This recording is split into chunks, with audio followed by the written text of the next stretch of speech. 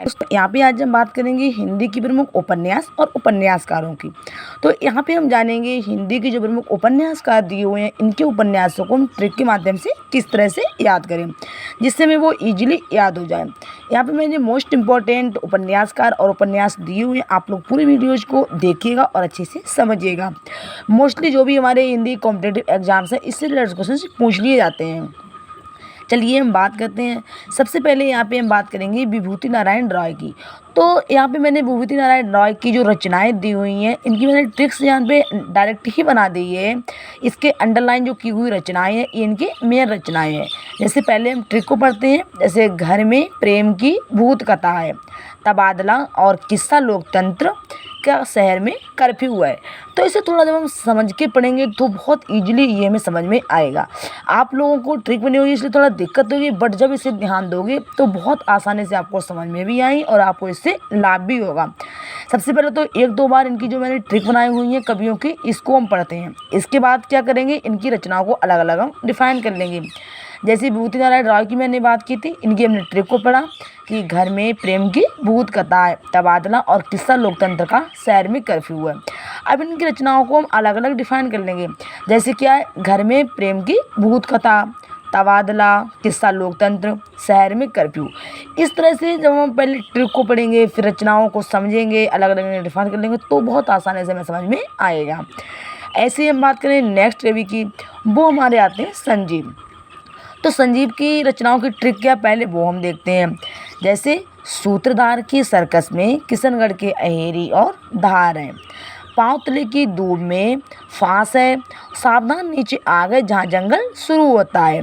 तब इस तरह से हमने इनकी संजीव की जो भी रचनाएं थी, इनकी ट्रिक को पढ़ा है। अब इन्हें हम अच्छे से समझ के अलग अलग डिफाइन कर लेंगे।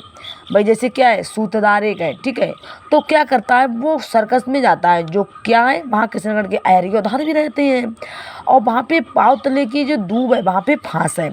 तो वो कहते हैं भाई सावधान हो जाइए, नीचे आ गए जहाँ से जंगल शुरू होता है। तो इस तरह से थोड़ा जब हम रचनाओं को समझेंगे तो वो रचना में और भी आसानी से समझ में आएंगी। अब इनकी रचनाओं को अलग अलग हम डिफाइन कर लेंगे। जैसे क्या है, सूत्रधार, सर्कस, किशनगढ़ के अहेरी और धार, पाँव तले की दूब, फांस, सावधान नीचे आ गए जहाँ जंगल शुरू होता है। तो इस तरह से ये तो बात थी विभूति नारायण रॉय और संजीव की। नेक्स्ट हमारे कवि आते हैं बदी उजमा। तो बदी उजमा की रचनाओं की ट्रिक क्या, वो हम जान लेते हैं। जैसे सभा पर्व में एक चूहे की मौत हो गई। अब भाई सभा पर्व था तो वहाँ पे क्या था, एक चूहा आता है, उसकी मौत हो जाती है। फिर क्या होता है, अपुरुष ने छठा तंत्र में छाकों की वापसी की। अब भाई जो अपुरुष है वो आता है, कब आता है, छठा तंत्र में आता है, छाकों की वापसी करता है। तो इस तरह से ये हमने ट्रिक को जाना। अब इनकी रचनाओं को अलग अलग हम डिफाइन कर लेंगे।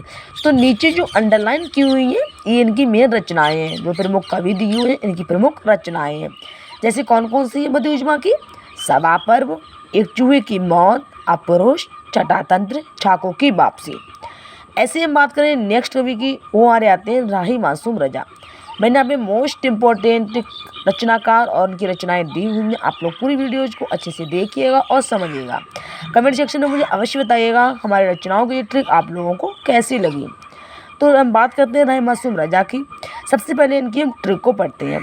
तो इनकी कई रचनाएँ हैं, जैसे अगर एक दो तो में रट जाएंगे, लेकिन ज़्यादा जब हम रटेंगे तो हमें दिक्कत हो जाती है। मेरे साथ भी ऐसा होता है, मैं जब भी किसी भी टॉपिक तैयार करती हूँ तो इसी तरह से ट्रिक बना के तैयार करती हूँ और इससे मुझे बहुत आसानी से समझ में आ भी जाता है। मैंने पिछली बार जो जूनियर एडिटर का एग्ज़ाम दिया था तो उसकी तैयारी भी मैंने ऐसे ही की थी, क्योंकि मेरा मेन सब्जेक्ट हिंदी ही है और इसमें मेरे काफ़ी अच्छे मार्क्स भी हैं। तो चलिए हम बात कर लेते हैं। जैसे अब इनकी रचनाओं को हम पढ़ते हैं।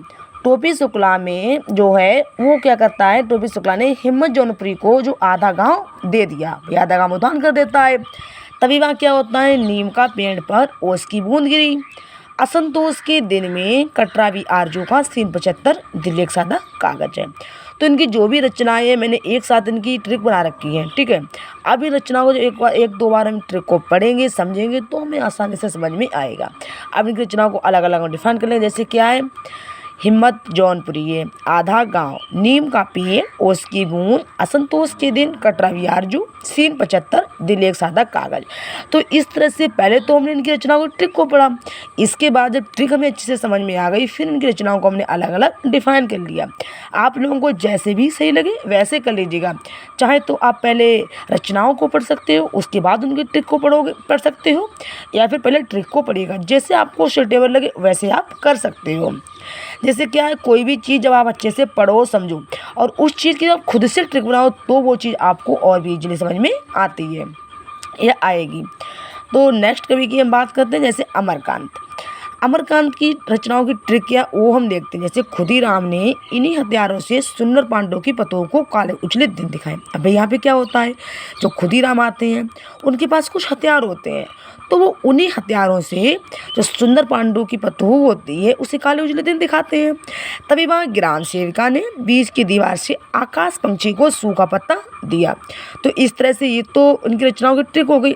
अब इन्हें अलग अलग हम डिफाइन कर लेंगे। जैसे क्या है, खुदीराम इन्हीं हथियारों से सुंदर पांडे की पतोहू, काले उजले दिन, ग्राम सेविका, बीच की दीवार, आकाश पंछी, सूखा पत्ता।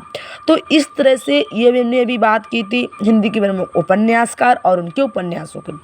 तो यहाँ पे हमने जाना कि इनके जो हिंदी के प्रमुख उपन्यासकार दिए हुए हैं, इनके उपन्यासों को हमें ट्रिक के माध्यम से किस तरह से याद करना है और इनके उपन्यासों की क्या ट्रिक है। आप लोग पूरी वीडियोज़ को देखिएगा, अच्छे से समझिएगा। उम्मीद करते हैं इससे आपको लाभ हो। और अगर हमारी वीडियोज़ आप सभी को पसंद आए तो उसे लाइक, सब्सक्राइब और शेयर करिएगा।